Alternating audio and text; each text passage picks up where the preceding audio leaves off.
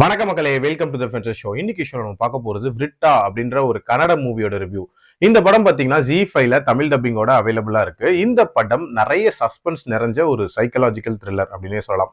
ஒரு நைட் டிரைவ்ல நடக்கக்கூடிய மர்மமான நிகழ்வுகள் அப்படின்ற மாதிரி தான் இந்த கதை போகும். ஆக்சுவலா அந்த டிரைவ்ல ஈடுபடுறது யாருன்னா நம்ம ஹீரோ.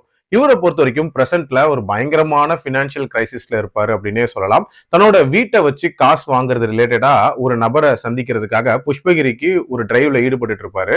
அந்த டிரைவின் போது இவரோட வாழ்க்கையில நடந்த நிறைய சம்பவங்களை கன்வே பண்ணிட்டே வருவாங்க.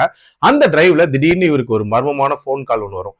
அதாவது ஒரு அம்மாவும் பையனும் ஆக்சிடென்ட் ஆயிருக்காங்க. அந்த அம்மா வந்து போன் பண்ணிருப்பாங்க இவங்களுக்கு. அதாவது அந்த ரோட்ல தான் நாங்க இருக்கோம், எங்களை எப்படியாவது காப்பாத்துங்க அப்படின்ற மாதிரி.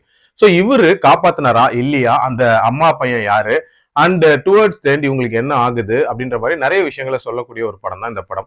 இந்த படத்தை பொறுத்த வரைக்கும் அந்த ஜேர்னி கிக் ஸ்டார்ட் ஆன விதம் அப்படின்றதே ஒரு நீட்டான ஸ்டார்டா இருந்துச்சு. இன்ஃபேக்ட் அந்த ஜேர்னி வழியாவே நம்ம ஹீரோவோட லைஃப்ல நடந்த பாஸ்ட், பிரசன்ட், இது மாதிரி நிறைய விஷயங்களை கன்வே பண்ணிருப்பாங்க. அண்ட் அவர் எப்படிப்பட்ட நபர் அப்படின்றது முதற்கொண்டு நிறைய விஷயங்கள் சூப்பரா கன்வே பண்ணப்பட்டிருந்துச்சு அப்படின்னே சொல்லலாம்.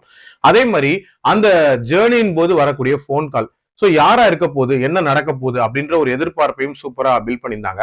இன்ஃபேக்ட் கடைசி வரைக்குமே அந்த சஸ்பென்ஸ் அப்படின்றத நல்லாவே மெயின்டைன் பண்ணியிருந்தாங்க. அண்ட் லாஸ்ட்ல அதுக்கான விடையை சொல்லும் போது ஒரு நீட்டான மெசேஜோட சேர்த்து சொல்லியிருப்பாங்க அப்படின்னே சொல்லலாம். அதுவுமே நல்ல ஒர்க் அவுட் ஆயிருந்துச்சு.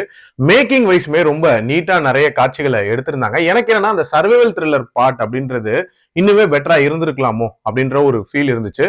அது மட்டும் இல்லாம இந்த படத்தோட டோட்டல் பேஸ் அப்படின்றதுமே வந்து ஒரு மாதிரி பயங்கர ஸ்லோவா தான் போகும். இன்ஃபேக்ட் நிறைய இடங்கள்ல அது ஒர்க் அவுட் ஆனாலும் ஒரு சில இடங்கள்ல வந்து கொஞ்சம் நம்ம பொறுமையை சோதிக்கிற மாதிரியான ஒரு ஃபீல் இருக்கும்.